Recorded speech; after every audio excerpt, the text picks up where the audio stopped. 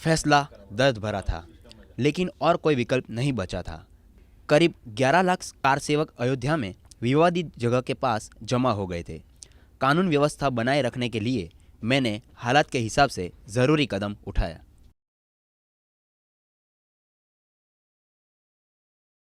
मुलायम सिंह यादव का ये अफसोस 23 साल बाद आया है। इतने सालों बाद उनके दुख जताने का मामला शायद इतनी सुर्खियां नहीं बटोरता अगर सियासी पार्टियां चुनावों के लिए कमर नहीं कस रही होती, अपने अपने एजेंडे नहीं ढूंढ रही होती। मुलायम का ये बयान मोदी के उस बयान के ठीक बाद सामने आया है जिसमें मोदी ने गुजरात दंगों को लेकर 11 साल बाद अफसोस जताया था।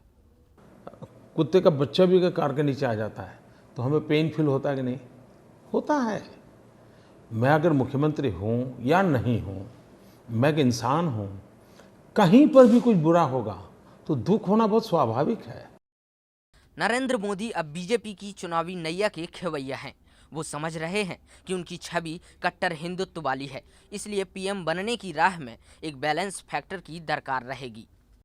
रमजान पर मुबारकबाद देकर और दंगों के लिए अफसोस जताकर मोदी उसी बैलेंस को बनाने में जुटे हैं। मुलायम की मोदी पर पूरी नज़र है। आखिर मोदी के दूत अमित शाह यूपी का चुनावी जिम्मा संभाल रहे हैं। वो अयोध्या का दौरा कर मंदिर बनाने का फिर शंखनाद कर चुके हैं। इतना ही नहीं, खुद मोदी के यूपी से चुनाव लड़ने की हवा जोरों पर है। ऐसे में मुलायम के बयान को मोदी को घेरने की रणनीति के तौर पर भी देखा जा रहा है। कांग्रेस में मुलायम के बयान को लेकर दो तरह की राय है। देखिए, माननीय मुलायम सिंह जी की हम लोग सब बहुत इज्जत करते हैं और वो बहुत वरिष्ठ नेता हैं और अगर उनको किसी अपने कार्य के ऊपर कोई संकोच है तो या पश्चाताप है, वो एक व्यक्तिगत मामला है। उसको राजनीति से और सियासत से जोड़कर नहीं देखा जाना चाहिए। देखिए, मजबूरी में भी बहुत से आदेश दिए जाते हैं, तो अगर उन्होंने दुख किया है तो उसको क्या होगा, लेकिन मैं समझता हूँ कि जस्टिफाइड बात थी, उसमें मांगने की जरूरत नहीं है। हाँ, मजबूरी थी, जो लॉ एंड ऑर्डर को मेंटेन करने के लिए होता है। जो आदमी नरेंद्र मोदी डायरेक्टली इन्वॉल्व था फिसादात में 2002 के, वो माफी मांगने को तैयार नहीं है। तो मुलायम सिंह जी को क्या ऐसी जल्दी आ रही माफी मांगनी? वहीं जेडीयू इसे मोदी नहीं, मुलायम और माया के कंपटीशन का नतीजा मान रही है।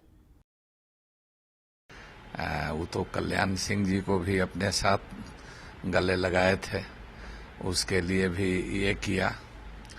तो क्या क्या करते रहते हैं लोग, रंग बदलते रहते हैं। मायावती जी और उनका इतना कंपटीशन चलता है ना कि अगर एक अपना कान काट ले तो दूसरा भी अपना एक कान काट लेगा। बीजेपी ने इतने अरसे बाद भी मुलायम के अफसोस जताने का स्वागत किया है, लेकिन पार्टी ने उनके बयान को दूसरे मुद्दे से टैग करने की कोशिश की है। देखिए, देर आए दुरुस्त आए। कार सेवकों के ऊपर जो निहत्थे निरीह कार सेवकों के ऊपर गोलियां चली थी, मुलायम सिंह जी को यह भी याद दिलाना चाहता हूं कि गोधरा में जो ट्रेन के डब्बे में 65 हिंदुओं को एक जानवरों की तरह जला दिया गया था। वो बाहर निकलना चाहते थे पर बाहर से भीड़ उनको अंदर ठेल दे रही थी। उसकी भी संवेदना को कभी देखने की कोशिश करें। कार सेवकों पर फायरिंग का मामला 30 अक्टूबर 1990 का है। बीजेपी ने इस फायरिंग को अगले विधानसभा चुनावों में खूब भुनाया था। तब के 403 सदस्यों वाली विधानसभा में पार्टी 221 सीटें जीतने में कामयाब रही थी।